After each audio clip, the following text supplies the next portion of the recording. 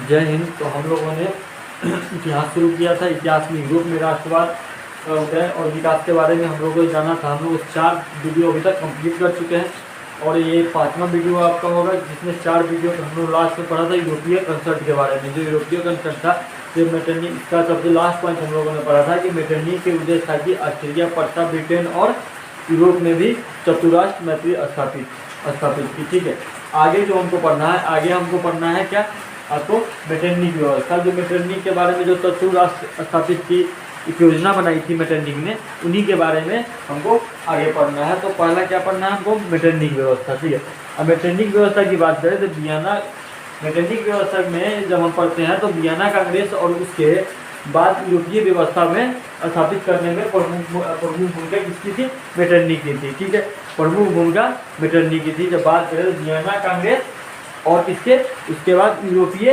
व्यवस्था में स्थापित करने का, वियना कांग्रेस और उसके बाद यूरोपीय व्यवस्था में स्थापित करने का जो प्रमुख भूमिका थी, किसका थी, मेटरनिटी की। यानी कि वियना कांग्रेस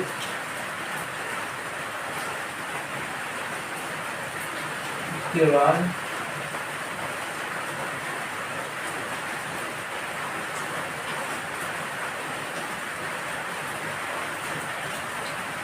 यूरोपीय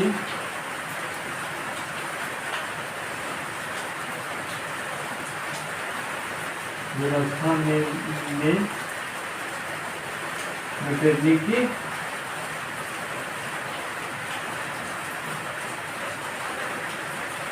व्यवस्था मेटरनिटी की प्रमुख भूमिका थी।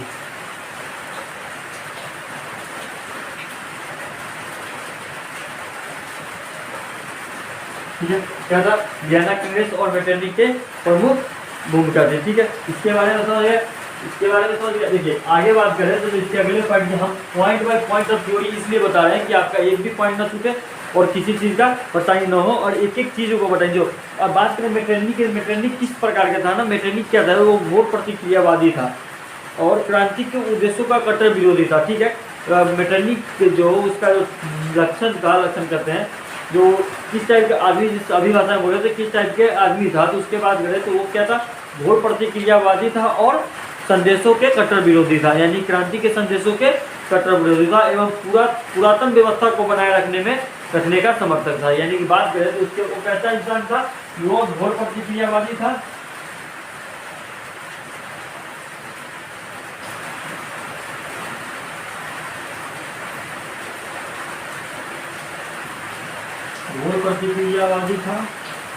और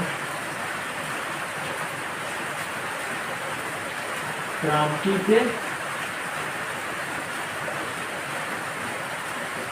संदेशों का कट्टर विरोधी था।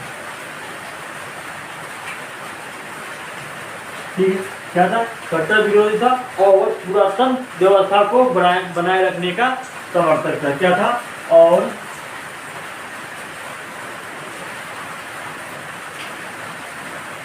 पुरातन व्यवस्था को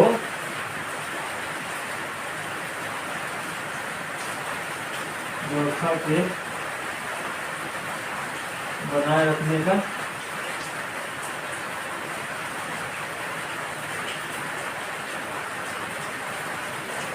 समर्थक था। ठीक है, इसके बारे में किस टाइप का इंसान था कि वो घोर प्रतिक्रियावादी था और वो क्रांति के संदेशों को कट्टर विरोधी था और पुरातन व्यवस्था को बनाए रखने का समर्थक था। देखिए जो मेटरनिटी थे ना, उसका एक नीति का मूल मंत्र क्या था। जब मेटरनिटी की बात करें तो मेटरनिटी व्यवस्था में ये मेटरनिटी था, इसका एक मूल मंत्र था कि शासन करो और कोई परिवर्तन न होने दो।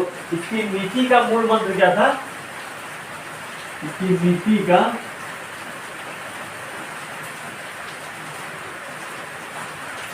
मूल मंत्र जो था, मूल मंत्र क्या था, शासन करो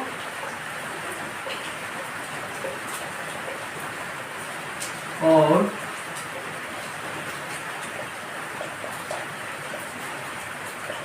कोई परिवर्तन न होने दो। क्या था इसका मूल मंत्र, शासन करो और कोई परिवर्तन ना होने दो। ठीक है, इसका अब इसके उद्देश्य की बात करें तो मेटरनिटी का जो उद्देश्य था, उद्देश्य मेटरनिटी का क्या था? मेटरनिटी का उद्देश्य था कि इस व्यवस्था का मुख्य उद्देश्य था कि राष्ट्रवादी एवं प्रजातंत्र व्यवस्था को कुचलना एवं पुरातन व्यवस्था को बनाए रखना था। मतलब की बात करें तो इसका एक सोच भी था कि वो किसका था? पुरातन व्यवस्था का बनाए रखने का समर्थक था। तो इसकी बात करें तो इसका उद्देश्य एक ही मेटरनिटी का एक उद्देश्य था कि इस व्यवस्था को मुख्य उद्देश्य की राष्ट्रवादी एवं प्रजातंत्र की व्यवस्थाओं को हटाना और पुरातन व्यवस्थाओं को बनाए रखना था। तो इसका उद्देश्य की बात करें तो इसका उद्देश्य क्या था मेटरनिटी का?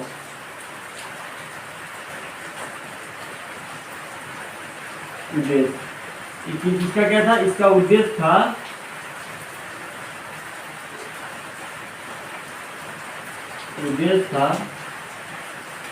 राष्ट्रवादी एवं प्रजातंत्र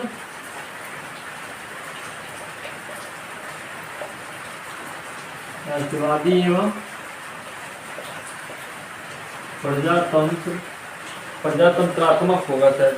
हाँ,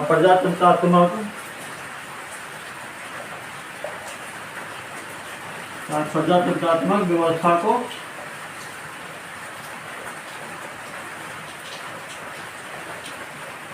कुचलना और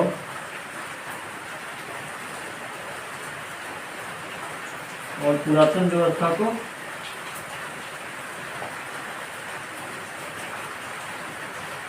बनाए रखना था।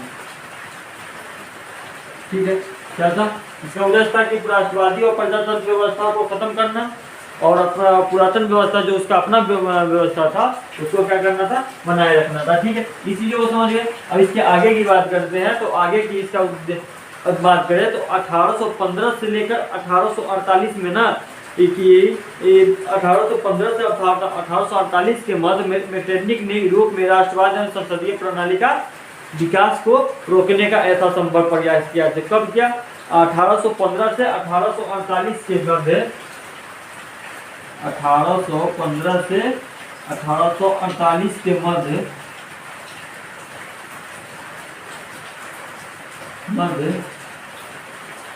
यूरोप में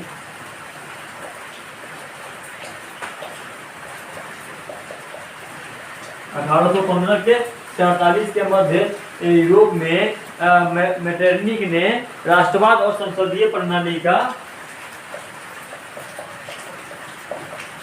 राष्ट्रवाद और संसदीय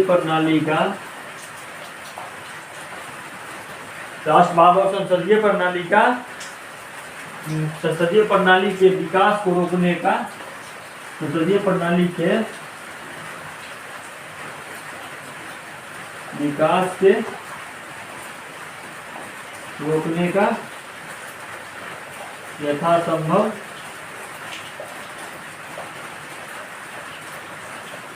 प्रयास किया। क्या किया? 1815 से 48 के मध्य यूरोप में मेटरनिटी ने राष्ट्रवाद और संसदीय प्रणाली को व्यवस्था को रोकने का यथासंभव प्रयास किया। ठीक है, इसके आगे की बात करें तो इसका अगला पॉइंट है ऑस्ट्रेलिया के ही समान जर्मनी और इटली में भी राष्ट्रवादी गतिविधियों पर अंकुश लगाया गया। यानी की बात करें ऑस्ट्रेलिया के समान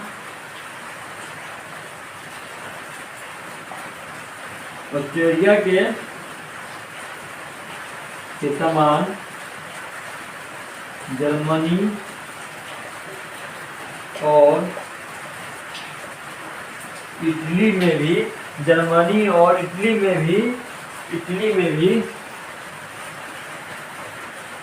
और इटली में भी राष्ट्रवादी गतिविधियों पर अंकुश लगाया गया।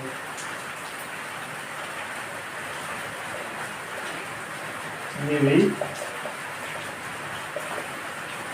राष्ट्रवादी गतिविधियों पर भी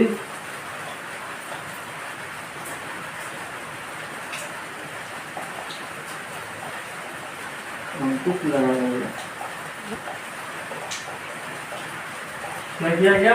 अंकुश लगाया गया। बात करें, देखिए इसके हम एक बार रिपीट कर लेते हैं तो इसके आगे की चर्चा करेंगे। पहला था मेटरनिटी व्यवस्था में क्या था कि वियना कांग्रेस, उसके बाद यूरोपीय व्यवस्था में भी मेटरनिटी का बहुत महत्वपूर्ण योगदान था। जब बात करें क्वेश्चन बन सकते हैं यहाँ पर कि मेटरनिटी किस प्रकार के व्यक्ति था, तो वो क्या था, घोर प्रतिक्रियावादी था, और क्रांति के संदेशों का क्या था, कट्टर विरोधी था, और उसके पुरातन व्यवस्था को बनाए रखने का समर्थक भी था। ठीक है, अब इसका आगे के क्वेश्चन की बात करें तो आगे क्वेश्चन ये बन सकता है कि मेटरनी की नीति का मूल मंत्र क्या था। तो मेटरनी का नीति का मूल मंत्र था कि शासन करो और कोई परिवर्तन ना होने दो। ठीक है, मेटरनी का मूल मंत्र यही था कि शासन करो और कोई परिवर्तन ना होने। अब मेटरनी का यूरोपीय व्यवस्था में ये उसका उद्देश्य क्या था, इसका उद्देश्य था कि राष्ट्रवादी और प्रजातंत्र व्यवस्था को कुचलना और पुरातन व्यवस्था को बनाए रखना था। ठीक है, इस चीजों को समझ गए। अब आगे बात करें तो 1815 से 1848 के बाद यूरोप में मेटरनी के राष्ट्रवाद एवं संसदीय प्रणाली के विकास को रोकने का प्रयास किया गया था, यथासंभव प्रयास किया गया। संसदीय और राष्ट्रवाद और संसदीय प्रणाली के रोकने का यथासंभव प्रयास कब किया गया था मेटरनी द्वारा, तो 1815 से लेके 1848 के मध्य व्यवस्था का प्रयास करने का रोकने का प्रयास किया गया। ठीक है, बात करें तो आगे पॉइंट की ऑस्ट्रेलिया के समान, जिसका ऑस्ट्रेलिया में भी इस तरह के संसदीय व्यवस्था को हटाने का प्रयास किया गया था। उसके बाद उसी तरह जर्मनी और इटली में भी राष्ट्रवादी गतिविधियों पर अंकुश लगाया गया। ठीक है, इसको आप नोट डाउन कर लीजिए, इसके आगे की चर्चा करते हैं।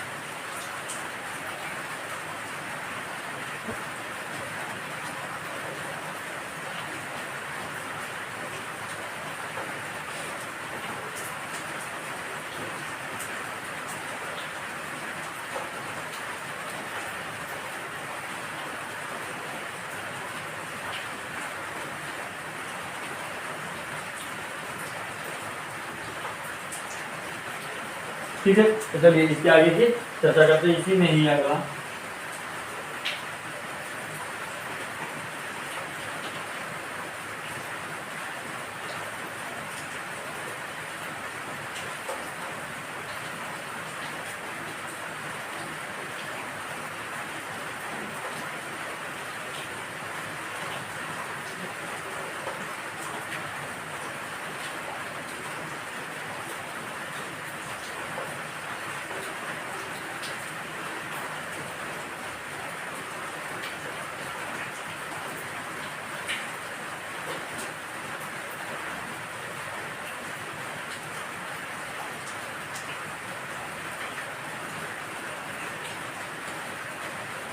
चलिए आगे बात करें तो आगे में ऑस्ट्रेलिया के समान जर्मनी और इटली में भी राष्ट्रवादी गतिविधियों पर अंकुश लगाया गया। और उसकी आगे की बात करें तो मेटरनिक व्यवस्था में कार्ल मार्क्स के आदेशों द्वारा मेटरनिक ने उदारवाद के प्रचारों पर रोक लगाया। उदारवाद के बारे में डिटेल में हम पीछे क्लास में पढ़ चुके हैं। तो उदारवादों के प्रचार पर किसके कहने पर मेटरनिक ने रोक लगा दिया, तो कार्लसबाद के कहने पर, कार्लसबाद के आदेश से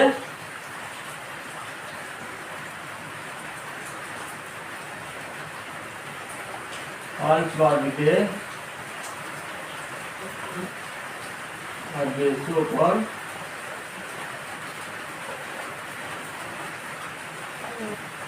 मेटरनिक ने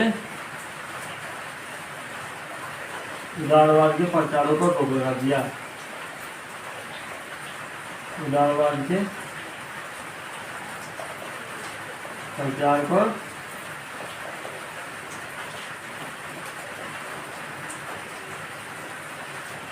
रोक लगा दिया। ठीक है, इसके आगे की बात है किसके कहने पर, कार्लसबाद के कहने पर, आदेश पर ही मेटरनिक ने क्या किया, उदारवाद के प्रचारों पर रोक लगा दिया। ठीक है, इसके आगे की बात करें तो मेटरनिक के प्रयासों के बावजूद राष्ट्रवादी एवं क्रांतिकारी भावनाओं का पूर्ण रूप से दमन क्या किया ना, मेटरनिक बहुत सारे प्रयास किया कि राष्ट्रवाद और क्रांतिकारी भावनाओं का दमन कर सके, हटा सके, लेकिन उसके लाखों प्रयासों से क्या हुआ, वो दमन न हो सका, पूर्ण रूप से दमन न हो सका। तो मेटरनिक के अगला पॉइंट की बात करें तो मेटरनिक के प्रयासों के बावजूद राष्ट्रवादी एवं क्रांतिकारी भावनाओं का दमन न हुआ, यानी कि मेटरनिक के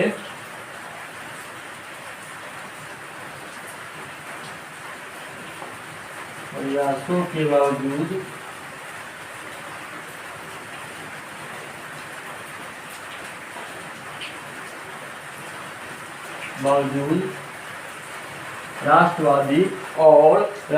राष्ट्रवादी एवं क्रांतिकारी भावनाओं का दमन न हो सका। प्रयासों के बावजूद राष्ट्रवादी क्रांतिकारी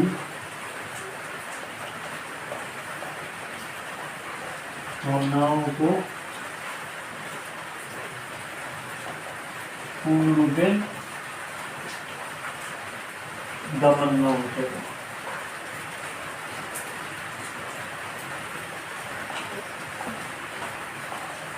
ठीक है, दमन न हो सका।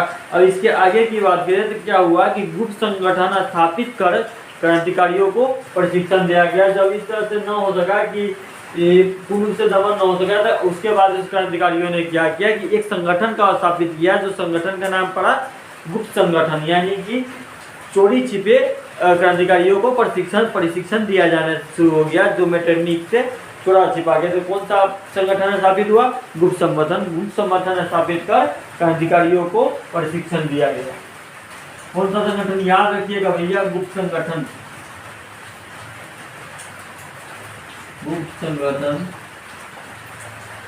स्थापित कर क्रांतिकारियों को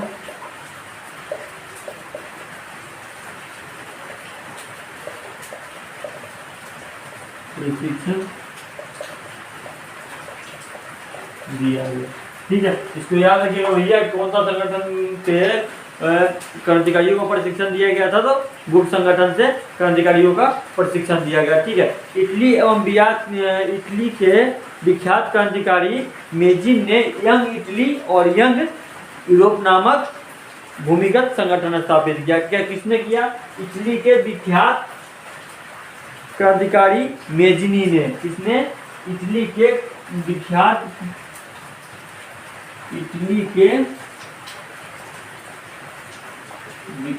क्रांतिकारी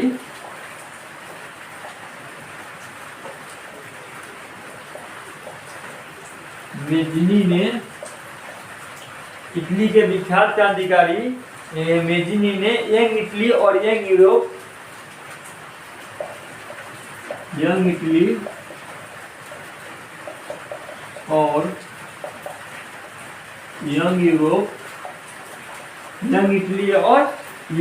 नामक भूमिगत संगठन स्थापित किया। यंग यूरोप नामक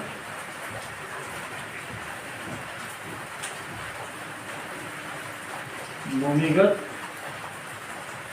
संगठन स्थापित किया।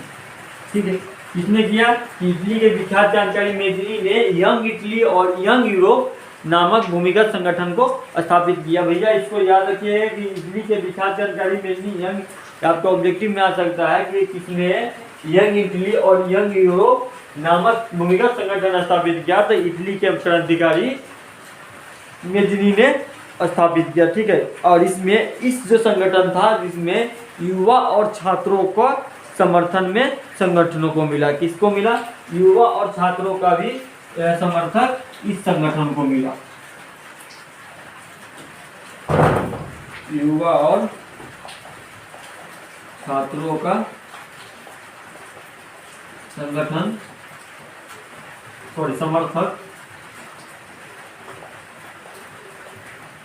समर्थक इस संगठन को मिला। ठीक है, किसको मिला? युवा और छात्रों का समर्थक इस संगठन को मिल गया। ठीक है, अब आगे बात करें तो उग्र राष्ट्रवादी संगठन कार्बोनरी भी क्रांति का संदेश फैला रहा था। कौन सा संगठन? उग्र राष्ट्रवादी संगठन कार्बोनरी, उग्र राष्ट्रवादी संगठन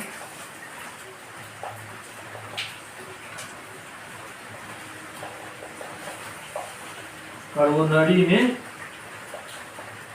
उग्र राष्ट्रवादी संगठन कार्बोनरी भी क्रांति का संदेश फैला रहा था। कार्बोनरी भी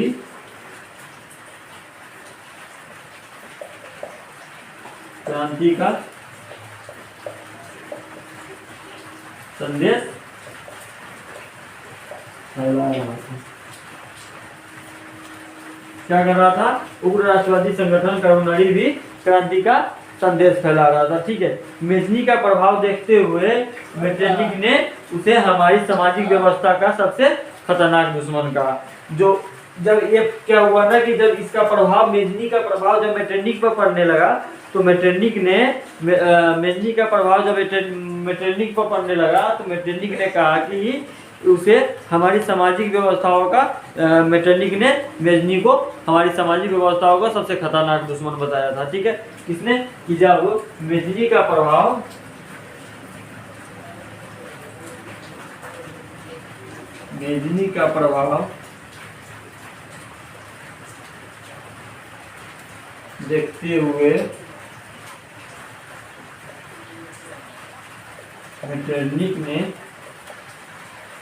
प्रभाव देखते हुए मेटरनिख ने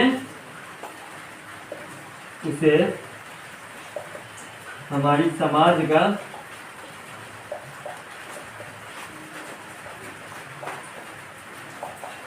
खतरनाक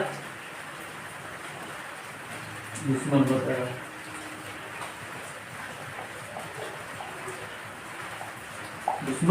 बताया। किसने, मेजनी को मेटरनिख ने हमारी समाज का सबसे बड़ा दुश्मन बताया। ठीक है, जब इसके आगे बात करें, जर्मनी में भी राष्ट्रवादी संगठन स्थापित किया। कहाँ एक और राष्ट्रवादी संगठन स्थापित किया गया, जर्मनी में। कहाँ पे, जर्मनी में भी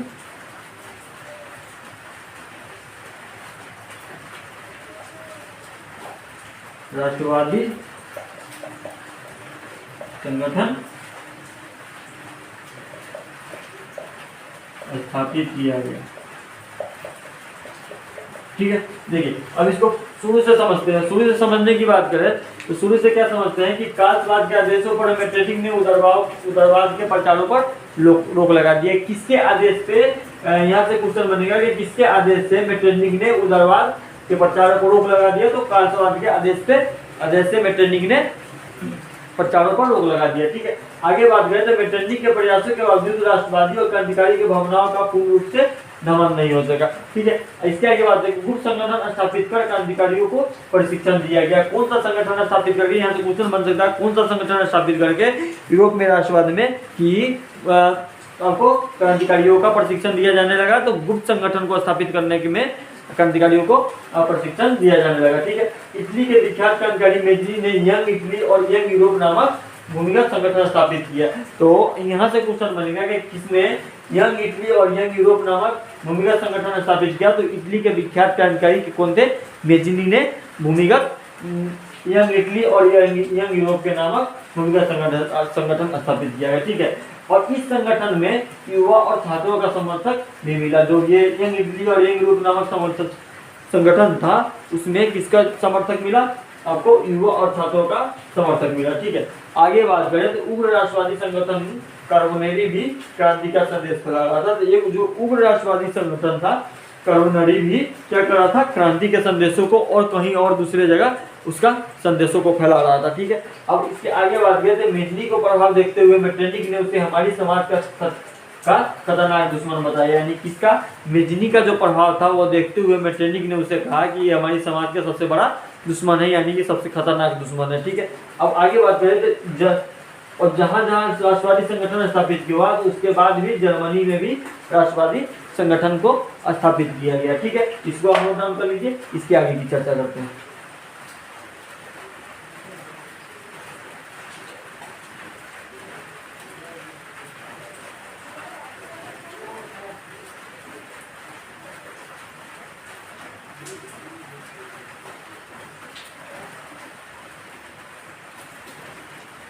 ठीक है, चलिए इसके आगे की चर्चा करते हैं।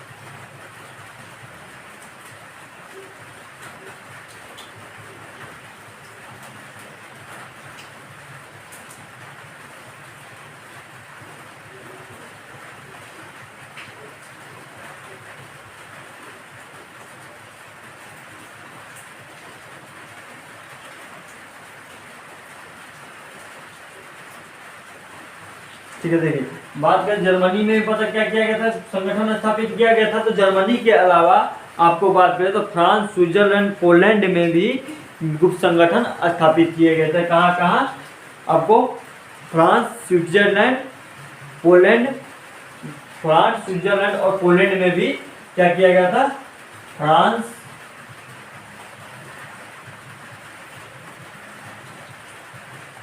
स्विट्जरलैंड और पोलैंड में भी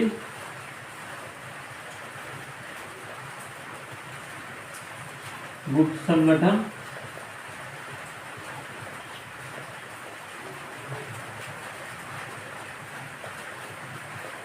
स्थापित किया गया।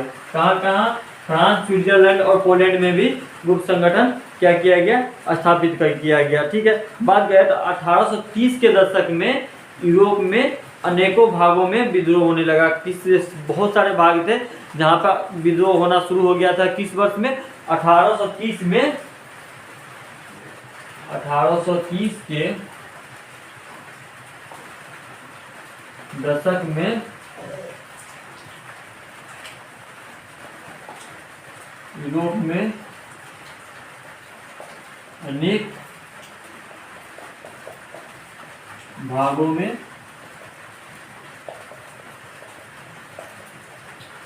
विद्रोह होने लगा। ठीक है, कि जब विद्रोह शुरू हो गया ना, तब क्या हुआ, जब आपका ये विद्रोह शुरू हो गया तो इसे दबाना मेटरनी के लिए बहुत कठिन हो गया। मेटरनी के लिए जब ये विद्रोह, बहुत सारे विद्रोह बढ़ने लगे तो इसको क्या होगा, मेटरनी के लिए बहुत कठिन हो गया, इसे दबाना मेटरनी को बहुत कठिन हो गया। ठीक है, मेटरनी राष्ट्रवाद उदारवाद का के उफानों को रोकने, जो राष्ट्रवाद थे और उदारवाद थे उसके क्या करे थे, उसके तूफानों को क्या करे थे, रोक नहीं पा रहे थे। तो उसके बाद क्या हुआ, मार्च 1848 में वियना में खुले संघर्ष के बाद मेटरनिख ने अपने पद से त्याग पत्र दे दिया। कब दे दिया त्याग पत्र, मार्च 1848 में। ये डेट याद रखिए कि मार्च 1848 में मेटरनिख ने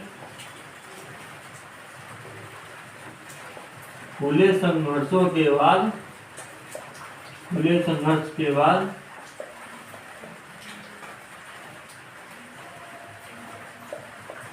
अपना त्याग पत्र दे दिया।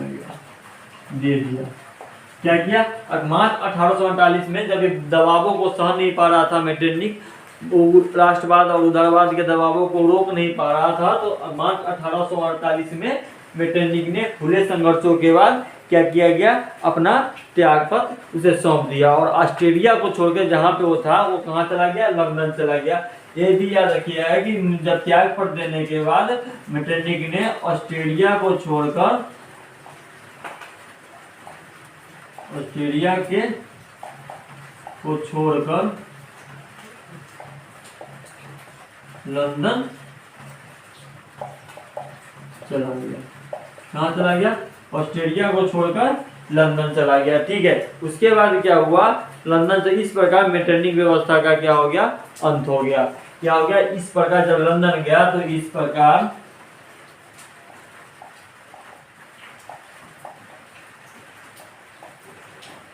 मेटरनिख व्यवस्था का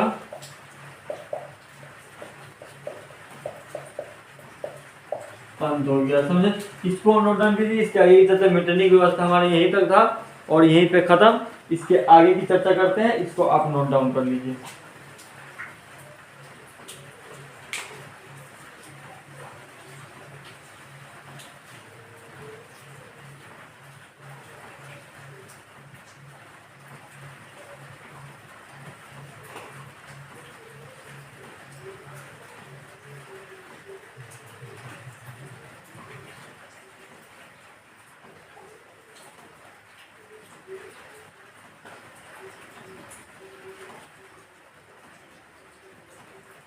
ठीक है, चलिए इसके आगे की चर्चा करते हैं।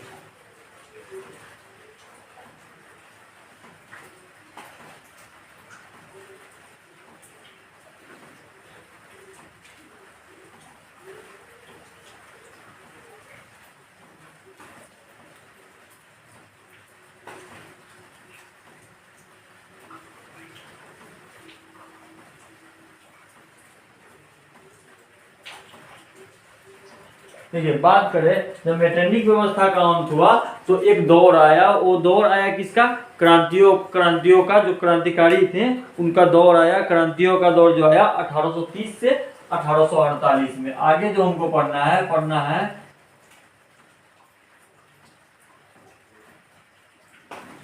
क्रांतियों का दौर 1830 से 48, कितना 1830 से 48 के बीच क्या था, क्रांतियों का दौर था। तो बात करें क्रांतियों को दौर का, तो 1830 में जो हुआ था ना, यूरोप उदारवाद, राष्ट्रवाद और प्रतिरूढ़िवाद, प्रतिक्रियावादी के संघर्ष अनिवार्य हो गए थे। मतलब कि 1830 में यूरोप में उदारवाद, राष्ट्रवाद, प्रतिक्रियावादीवाद और रूढ़िवाद, तीन वो कि ये सब में क्या था, संघर्ष क्या हो गया था, अनिवार्य। इसका उद्देश्य था पुरातन व्यवस्था को समाप्त कर नई व्यवस्था को स्थापना करना था। इसका उद्देश्य की बात करें तो क्रांतियों का उद्देश्य क्या था कि पुरातन, उद्देश्य की बात करें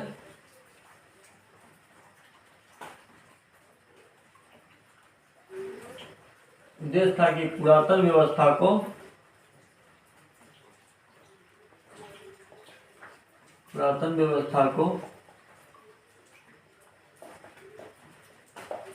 समाप्त कर नई व्यवस्था का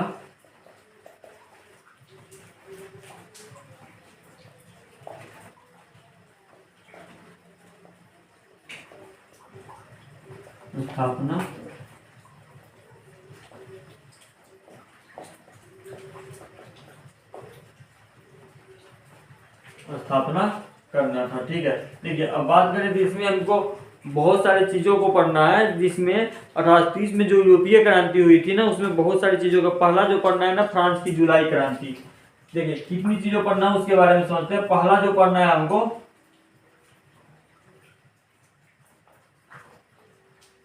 फ्रांस की जुलाई क्रांति।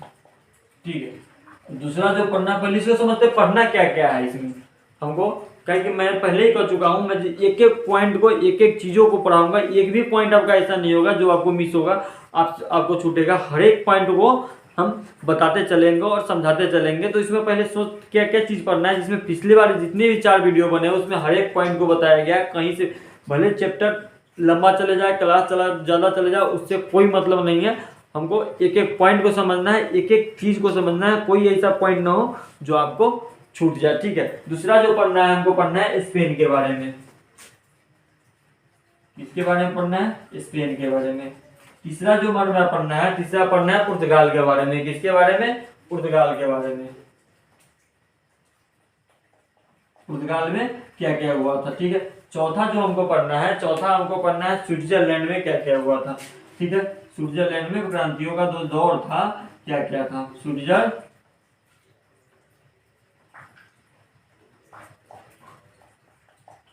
स्विट्जरलैंड में। ठीक है, और पांचवा जो हमको पढ़ना है बेल्जियम के बारे में। बेल्जियम में क्या क्या हुआ था। ठीक है, क्या क्या हुआ था आपको बेल्जियम के बारे में हमको पढ़ना है। ठीक है, और छठा जो हमको पढ़ना है, हमको किसके बारे में पढ़ना है, हमको पढ़ना है पोलैंड के बारे में। ठीक है, किसके बारे में, पोलैंड के बारे में। सातवां जो हमको पढ़ना है, हमको क्या पढ़ना है, जर्मनी और इटली के बारे में। किस चीज में पढ़ना है, जर्मनी और इटली के बारे में।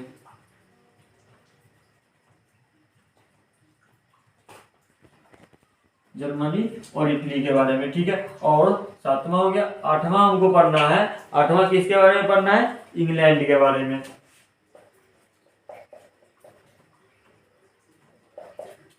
इसके बारे में, इंग्लैंड के बारे में। तो क्रांतियों का जो दौर था 1830 से 1848 के बीच, हमको इसके बारे में इसका उद्देश्य क्या था कि पुरातन व्यवस्था को समाप्त कर नई व्यवस्था को लागू करना था। ठीक है, व्यवस्था को लाना था।